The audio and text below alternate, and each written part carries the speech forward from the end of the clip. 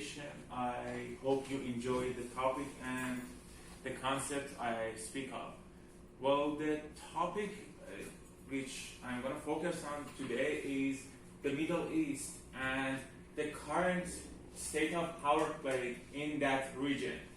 Because as you may have seen through the media and news and the Facebook and the Instagram, there are so many fights going on in the region, and so many different regions, so many different states are involved in that region, including China, Russia, and the United States. So, well, today I just want to give an introduction of what this region actually is and what is happening there, what really is happening there. Because, well, what you hear from news is not exactly true. It's not exactly false either, but still, it is half of the truth. And in doing scientific work, you cannot base your work on half of the truth. You need to use the entirety of the truth. And I'm here to tell you the other side. So, what you see in the news these days regarding the Middle East are usually oppressed women. Women who are pushed back into their homes to become mothers, to become housewives, who cannot get out of their homes, who cannot participate in the economy, in the politics, in the society. Women who do not have any rights to whatsoever. And the news media based that on the way they dress, right? That's part of the news you get. That, well, the same as the question he just asked me. Women cannot drive. Women cannot vote. Women cannot talk. Women cannot work. That's one of the common conceptions that the Western media has created in the Western world, in the countries that base their knowledge on the Western media, like CNN, BBC, Fox News, New York Times, Wall Street Journal. These outlets paint the picture of a region that oppresses women. Well, that's not true. Two women in this very same room are Iranian. And as you may see, none of them are oppressed. Another thing is scary men. They show you the picture of some activists who are big terrorists and fight like crime, they fight injustice, they fight in the name of religion, they blow themselves up, they blow everybody else up. And why? You believe them because they are big, they have big beards, and they look scary. They are carrying a gun. But the guy you see here is simply a security guard. And the women you see here are actually the founders of an electric company, which you can easily find an article about. They are actually electrical engineers, and they supply the electricity of a big city in Yemen. He is just a security guard who stands guard in front of a bank in Afghanistan.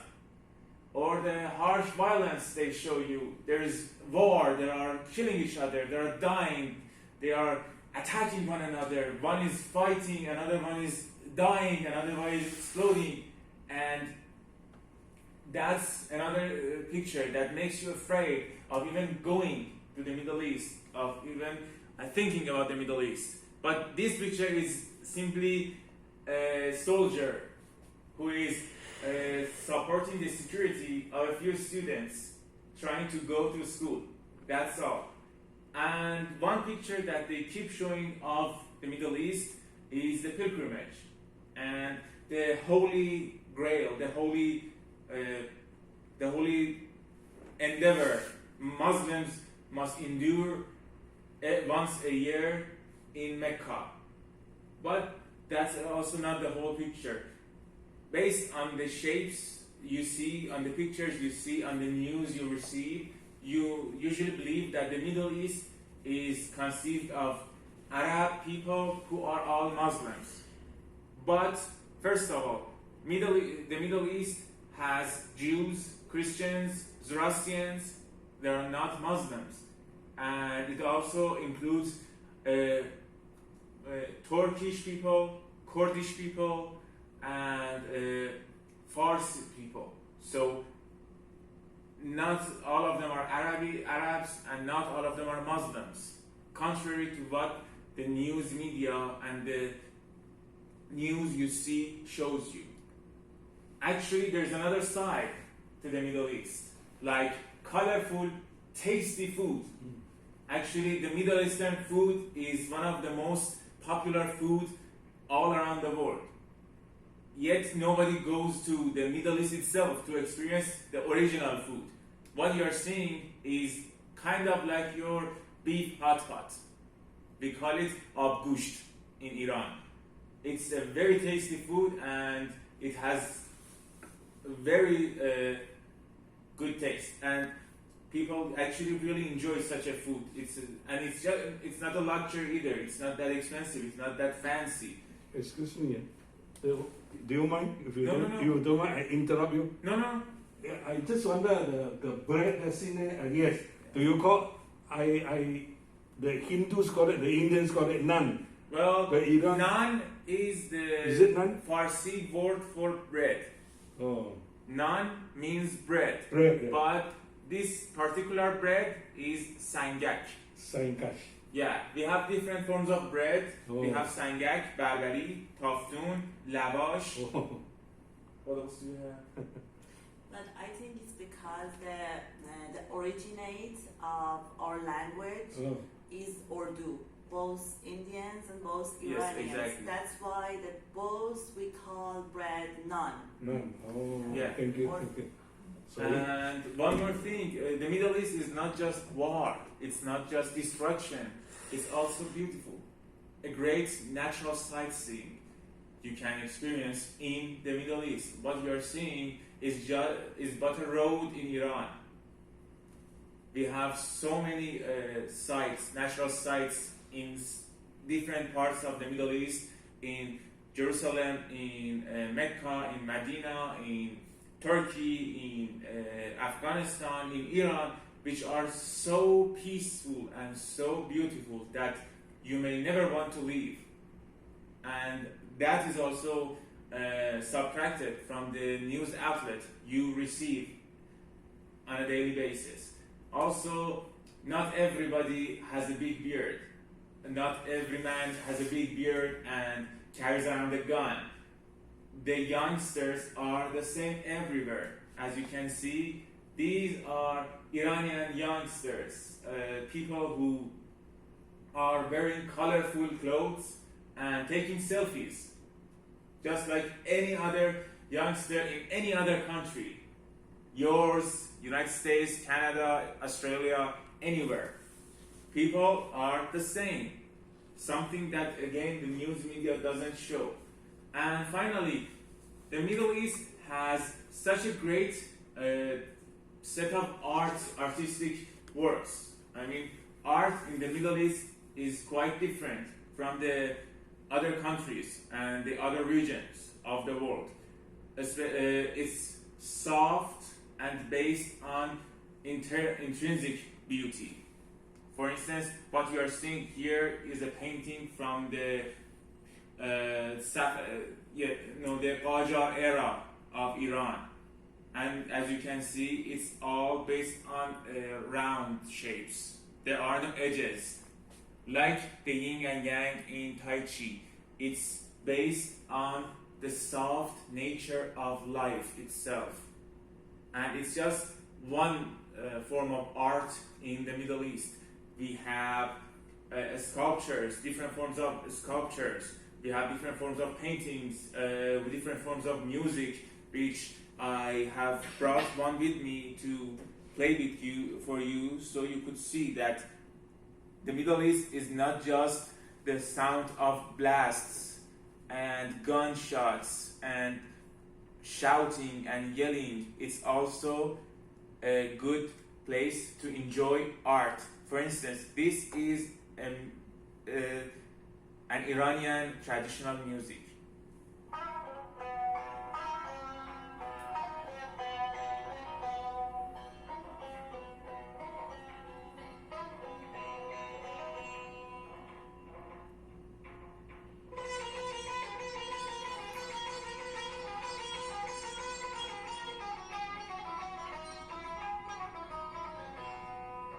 What you just heard was called tar, a very prestigious and very valuable Iranian traditional musical instrument. And it's also part of the Middle East. The part that you do not see on the media, the part that you do not notice. I think the door is locked.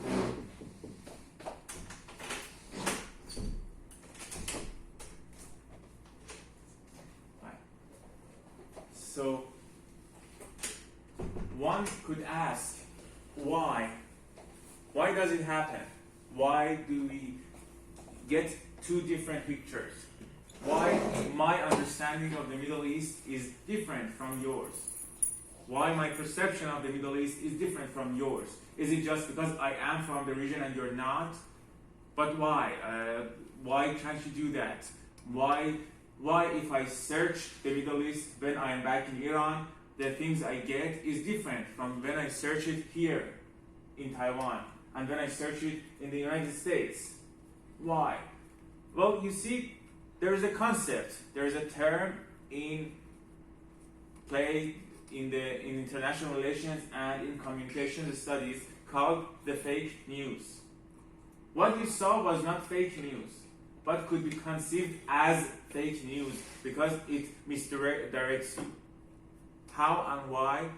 Well, you are not in direct contact with the news source. None of us are. Why? Because we do not see anything up close. We are not in the middle of the civil war in Yemen. We are miles away. So everything we get goes through different filters, goes through different proxies. For instance, one could be the bias the Yemen government has against your country. One could be the bias your country has against Yemen. One could be the worthiness of that news in eyes of the common people and other filters. It goes through them and it keeps changing. It keeps losing some aspects and gaining some other aspects. That's why what the news is will be always quite different from what you receive. And that is not just the news. That happens regarding every kind of information. And it is not something new. The philosopher Heidegger showed that, Immanuel Kant.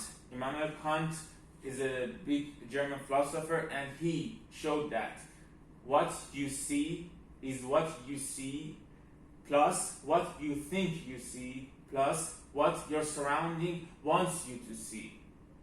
Because we each have different views. You are looking at the slides from the right, you are looking at them from the left. Whether we like it or not, based on our views, based on the place we are sitting, based on the place we are talking, based on our backgrounds, based on our objectives, what we perceive of reality is not reality itself. In other words, in social science, we don't have brute facts. Yes, they are facts. They are things that actually happen. But when we talk about them, we add our own conceptions and our own perceptions to that fact. And that makes it different. That's why when I talk about Iran, I talk about the food, I talk about the sights, I talk about the energy amongst the youngsters. But when you talk about Iran, you talk about the sanctions. When, you talk about the anger, you talk about the hatred, the animosity between Iran and the United States. That's why Iran has two different definitions. that's why the region has two different definitions. And actually, that's why I decided to give this presentation, to tell you, to show everybody that there is no single way. There is no unanimous definition of anything in social science, which is kind of what the critical theory claims. Now let's go to the Middle East. There's a theory, there's a hypothesis called the world is flat. Thomas L. Friedman actually presented this hypothesis in his book, and he named the book "The World is Flat." In his book, which is an economics book, and is actually relative to international trade, he actually shows that in the 21st century, based on 10 concepts and 10 reasons, the countries and the states have become equal. In other words, globalization has created a flat world.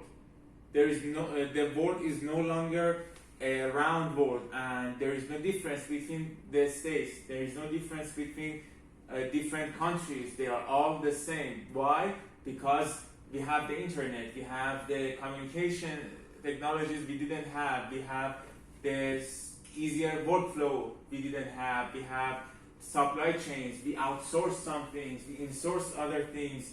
In other words, there is a fast network of information going around in the world, which makes it a flat world instead of a round one, and which creates